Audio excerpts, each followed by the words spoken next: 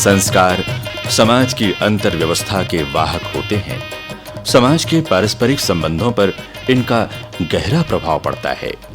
प्रमुख 16 संस्कारों में जन्म के बाद विवाह संस्कार का महत्वपूर्ण स्थान है। छत्तीसगढ़ में विवाह उत्सव की अपनी अलग मान्यताएं हैं। यहाँ के लोक जीवन में विवाह गीतों की इंद्रधनुषी परंपरा है। छत्तीसगढ़ में विवाह को बिहाव कहा जाता है।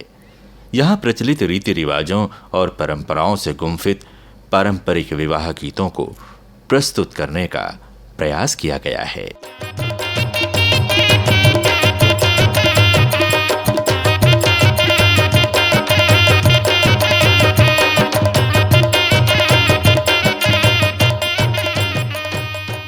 सामान्यतः किसी मध्यस्थ के द्वारा विवाह की बात तय होती है। इसके बाद दोनों पक्षों द्वारा प्रमाण स्वरूप एक दूसरे को आंशिक राशि या आभूषण आदि दिया जाता है, जिसे मंगनी कहा जाता है। यह विवाह उत्सव का पहला दस्तूर या नेंग है। विवाह गीतों की श्रृंखला मंगनी अर्थात सगाई से ही प्रारंभ हो जाती है। चारे वो महीना ले दाई कर साला सोच्यो सोची डर्यो दाई मैं राजेऊ वो बिहाव सोची डर्यो दाई मैं राजेऊ वो बिहाव।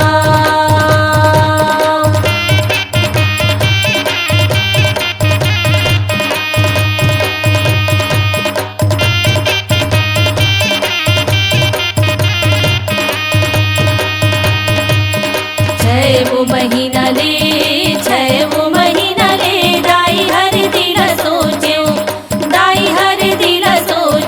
सोची डर्यो दाई मैं राजेऊ वो बिहाव सोची डर्यो दाई मैं राजेऊ वो बिहाव।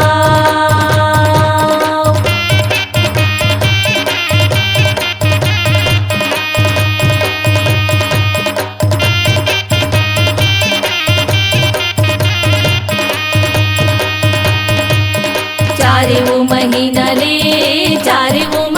ले दाई पल्ला सोच्यो सोची डर्यो दाई मैं राजेऊ वो बिहाव सोची डर्यो दाई मैं राजेऊ वो बिहाव।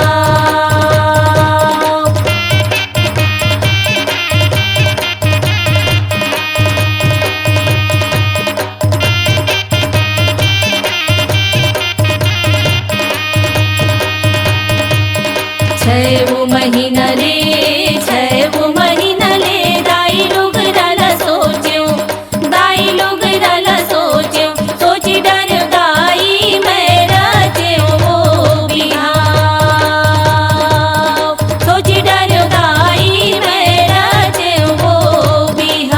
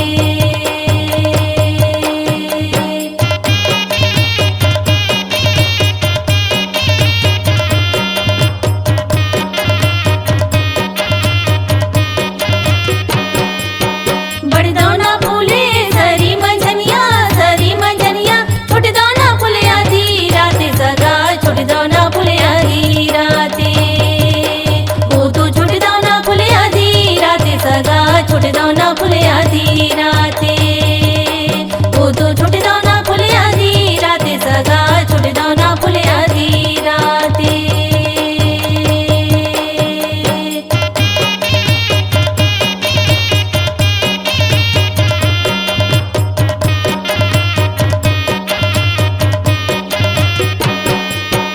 कुआं के तीर्थे हरियर दूबी हरिनाला चारा चाराए सगा हरिनाला चारा चाराए वो तो हरिनाला चारा चाराए सगा हरिनाला चारा चाराए वो तो हरिनाला चारा चाराए सगा हरिनाला चारा चाराए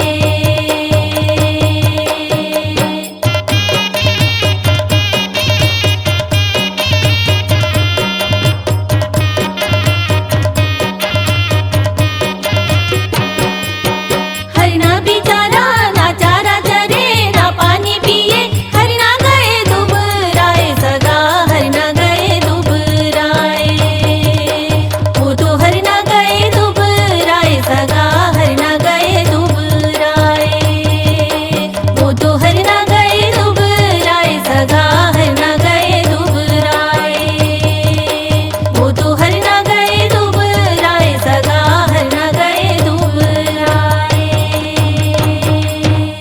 मंगनी के बाद लगन यानी लग्न का दस्तूर होता है। इस नेंग के साथ ही विवाह की तिथि तय हो जाती है। इसके बाद ही निमंत्रण पत्रिका के साथ पीला चावल, नारियल या सुपारी के साथ सगे संबंधियों, गांव के प्रतिष्ठित लोगों को निमंत्रित किया जाता है, जिसे न्योता भी कहा जाता है। एक फूल तोड़ते हो एक फूल तोड़ते हो न्योता भेजते हो दाई न्योता भेजते हो जाबेर फूलवा मोर दाई दादा काई रे जाबेर फूलवा मोर दाई दादा काई रे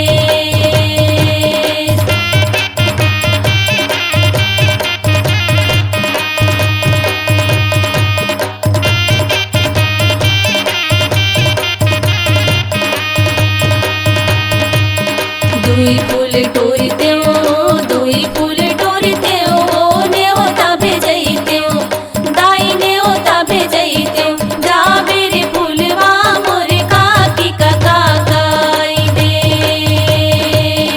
जाबेर फूलवा मोर काकी काका काई रे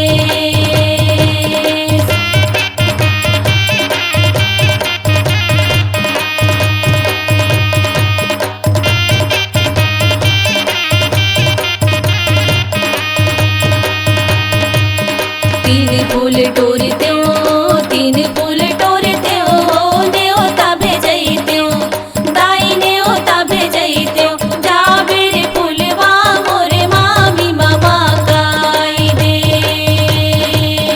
जाबेर फूलवा मोर मामी मामा काई रे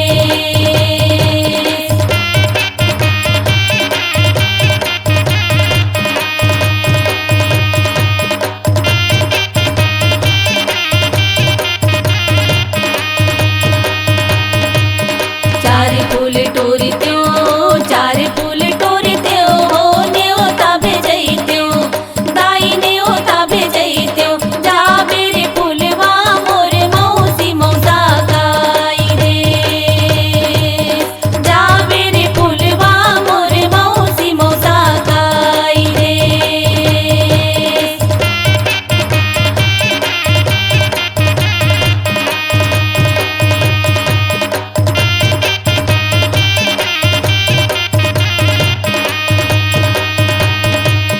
पांच फूल तोड़ते हो पांच फूल तोड़ते हो न्योता भेजते हो दाई न्योता भेजते हो जाबेर फूलवा मोर फूफू फूफा काई रे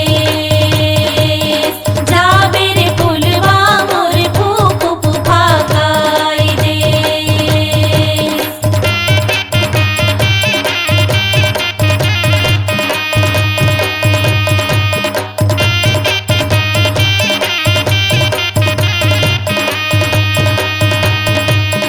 दादा मोरे आई थे, दादा मोरे आई थे, वो घोड़वा सवारे, वो घोड़वा सवारे। दाई मोरे आई थे, वो पालकी सजाए, दाई मोरे आई थे, वो पालकी सजाए।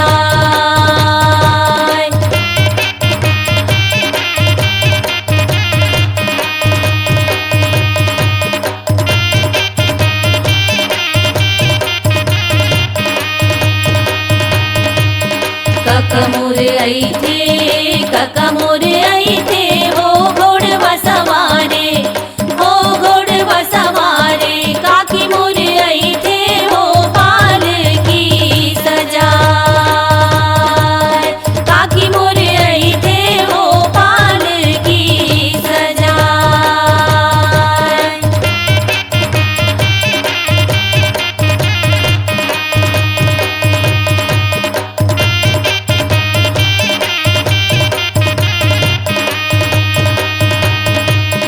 मामा मोरे आई थे, मामा मोरे आई थे, वो घोड़वा सवारे, वो घोड़वा सवारे। मामी मोरे आई थे, वो पालकी सजाए, मामी मोरे आई थे, वो पालकी सजाए।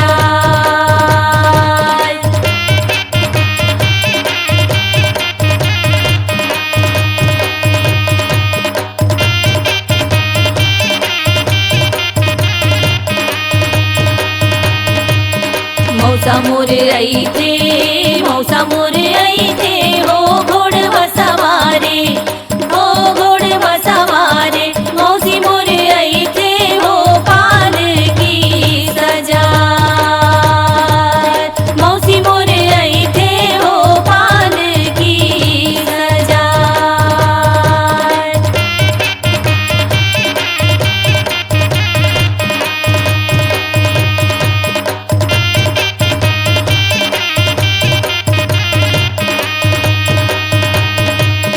फूफा मोरे आई थे, फूफा मोरे आई थे, वो घोड़वा सवारे, वो घोड़वा सवारे। फूफू मोरे आई थे, वो पालकी सजाए, फूफू मोरे आई थे, वो पालकी सजाए।